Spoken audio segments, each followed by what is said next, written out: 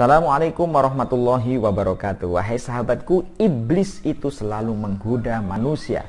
Tidak hanya kepada kita yang manusia biasa seperti ini, tapi juga kepada nabi-nabinya Allah.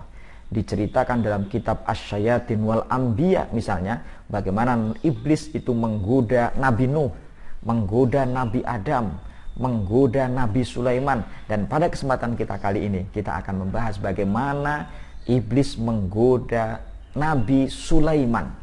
Coba, suatu saat ketika Nabi Sulaiman sedang melaksanakan peperangan di daerah Yunani, menaklukkan kerajaan di daerah Yunani, Nabi Sulaiman mendapatkan ada anak rajanya yang sangat cantik. Begitu cantiknya anak raja ini, Nabi Sulaiman tertarik, sehingga Nabi Sulaiman menginginkan untuk menikahinya. Dan benar saja wahai sahabatku, keinginan raja itu terlaksana, bahwa raja memiliki seorang wanita cantik. Tetapi apa yang terjadi? Sang wanita yang dinikahi oleh Nabi Sulaiman itu suatu saat murung. Ketika Nabi Sulaiman itu melihat istrinya murung, maka Nabi Sulaiman itu bertanya, ada apa gerangan? Kok murung? Lalu dijawab oleh sang istri, saya murung karena ingat kepada orang tua saya. Maukah Nabi Sulaiman engkau membuatkan patung yang patung itu menyerupai bapak saya? Nabi Sulaiman akhirnya memerintahkan kepada Ifrit, dan ketika memerintahkan kepada Ifrit, maka Ifrit itu membuat patung yang persis sekali, patungnya seperti bapaknya. Diceritakan dalam kitab itu hampir-hampir kalau misalnya dikasih suara bisa ngomong, itu kayak manusia yang sesungguhnya. Nah, tapi apa yang terjadi, wahai sahabatku? Maka sang istri memberikan mahkota, memberi perhiasan, pakaian yang bagus-bagus. Dan ketika Nabi Sulaiman suatu saat pergi berperang bersama bala tentaranya, maka sang istri itu menyembah patung bapaknya dan mengajak para pengawal-pengawalnya, para punggawa-punggawanya diajak untuk menyembah terhadap patung itu. Maka Allah ingin menguji, ingin memberi pelajaran kepada Nabi Sulaiman, yaitu bahwa Nabi Sulaiman selalu membawa atau memakai cincin khotam Sulaiman. Maka cincin itu tidak pernah dilepas oleh Nabi Sulaiman kecuali di tempat-tempat yang dilarang untuk memakainya. Nabi Sulaiman biasanya kalau dia masuk kamar mandi, maka Nabi Sulaiman melepas cincinnya dan menitipkan cincin itu pada orang kepercayaannya.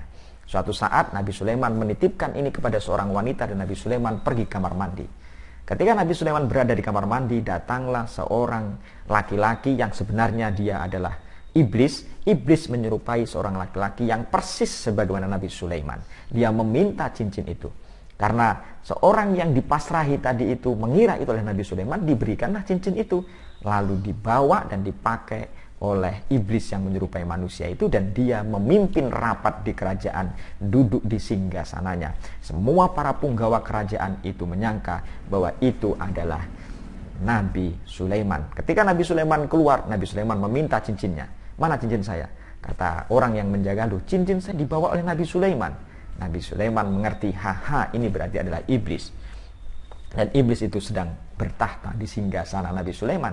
Maka Nabi Sulaiman tidak mungkin untuk meminta langsung karena tanpa bukti. Maka Nabi Sulaiman pun pergi ke hutan. Di hutan sempat tidak makan selama 40 hari.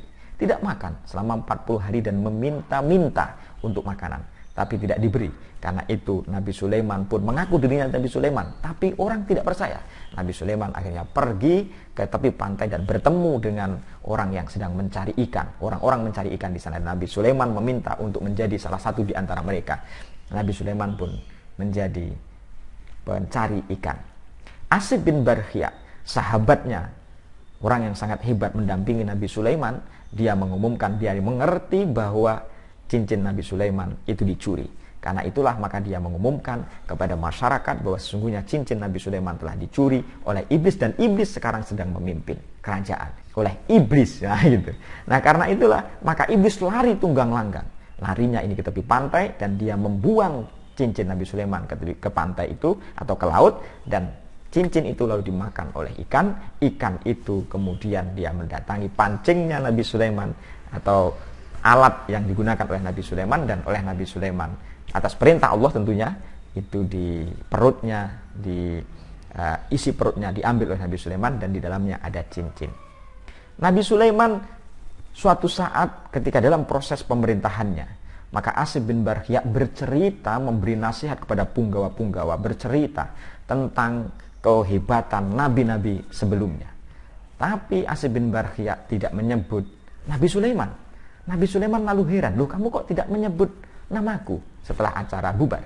Apa kata Asib bin Barkhia? Bagaimana saya ingin menyebut namamu sementara engkau menyembunyikan penyembah patung?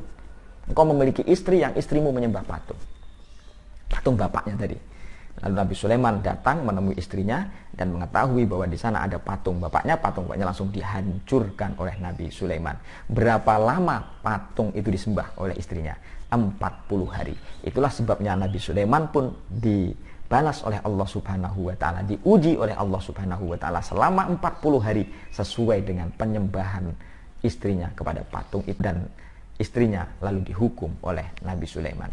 Wahai sahabatku, begitu cara iblis menggoda kita. Karena itulah mari kita ini memikirkan jangan-jangan ini adalah pekerjaan iblis. Ketika kita hasud, bangga dengan apa yang kita punya, kita merasa paling hebat, kita merasa ini semuanya karena kerja saya, itu adalah iblis. Cara pintu masuk iblis ke dalam diri kita, hasud, takabur, cinta dunia, dan lain sebagainya. Demikian, semoga bermanfaat. Assalamualaikum warahmatullahi wabarakatuh.